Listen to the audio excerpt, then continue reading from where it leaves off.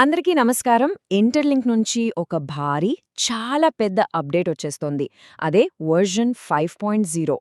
So ఈ update వల్ల మనకు ఎలాంటి మార్పులు రాబోతున్నాయి, మనం ఎలా సిద్ధంగా ఉండాలి అనే విషయాలన్నీ ఈ విశ్లేషణలో వివరంగా చూసేద్దాం.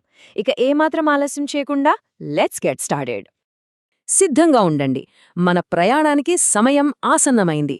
చూసారా ఇంటర్లింక్ టీం ఎంత కాన్ఫిడెంట్గా చెబుతోందో? అంటే ఇది కేవలం ఒక మామూలు అప్డేట్ కాదనమాట. ఇది ఒక సరికొత్త ప్రయాణానికి నాంది.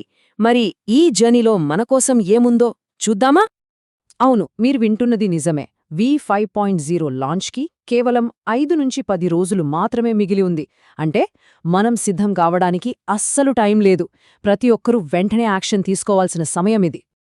సరే, మనం చెయ్యాల్సిన పనుల్లో మొట్టమొదటిది, అత్యంత ముఖ్యమైనది, కేవైసీ ప్రాసెస్. అంటే నో యోర్ కస్టమర్. ఇది మనందరికీ తప్పనిసరి.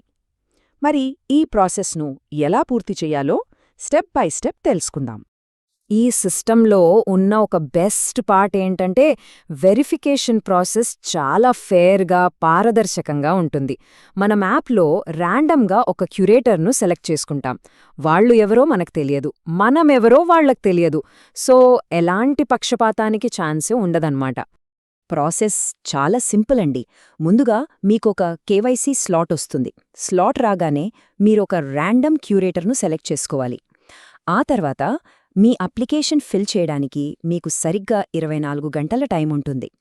అప్లికేషన్ సబ్మిట్ చేశాక కేవలం 24 నుంచి 48 గంటల్లోనే మీకు అప్రూవల్ వచ్చేస్తుంది.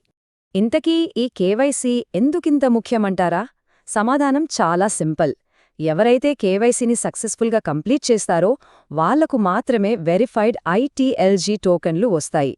సో ఈ స్టెప్ని అస్సలు లైట్ తీసుకోవద్దు. ఓకే, కేవైసీ అయిపోయిందనుకుందాం. మరి తర్వాత స్టెప్ ఏంటి? మన టోకెన్లను భద్రంగా దాచుకోవాలి కదా. దానికోసం మన ITLX వాలెట్ను ఎలా సిద్ధం చేసుకోవాలో ఇప్పుడు చూద్దాం. ఇక్కడ మనకు 2 ఆప్షన్స్ ఉన్నాయి. ఒకటి, మీరు ఇప్పటికే వాడుతున్న ITLX వాలెట్ని కంటిన్యూ చేయొచ్చు. లేదా రెండోది, ఇంకా మంచి సెక్యూరిటీ కోసం ఒక కొత్త వాలెట్ క్రియేట్ చేసుకోవచ్చు. నా సలహా అయితే కొత్త వాలెట్ క్రియేట్ చేసుకోవడమే బెస్ట్ ఆప్షన్. ఫుల్ సెక్యూరిటీ ఉంటుంది. ఇక్కడొక ముఖ్యమైన విషయం గుర్తుంచుకోవాలి. కంట్రోల్ మొత్తం మన చేతుల్లోనే ఉంటుంది. మన టోకెన్స్ని ఏ వాలెట్ అడ్రస్కి పంపించాలి అనేది పూర్తిగా మనమే డిసైడ్ చేసుకుంటాం.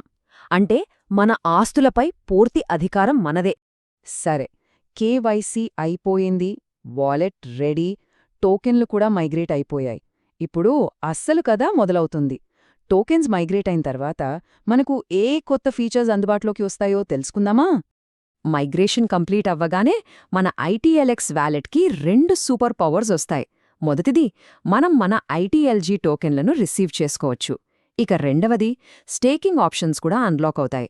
అంటే మన టోకెన్లని స్టేక్ చేసి మరిన్ని రివార్డ్ సంపాదించుకోవచ్చన్నమాట. ఇవన్నీ కేవలం చిన్న మార్పులు అనుకుంటే పొరపాటే. ఇదంతా ఒక పెద్ద ప్లాన్లో భాగం. ప్రాజెక్ట్ యొక్క భవిష్యత్తుకు సంబంధించిన HCS మరియు మెయిన్ నెట్ కోసం ఇదొక పునాది లాంటిది. అవేంటో ఇప్పుడు చూద్దాం. HCS అంటే హ్యూమన్ కాంట్రిబ్యూషన్ స్కోర్. పేరు కొంచెం టెక్నికల్గా ఉన్నా విషయం చాలా సింపుల్.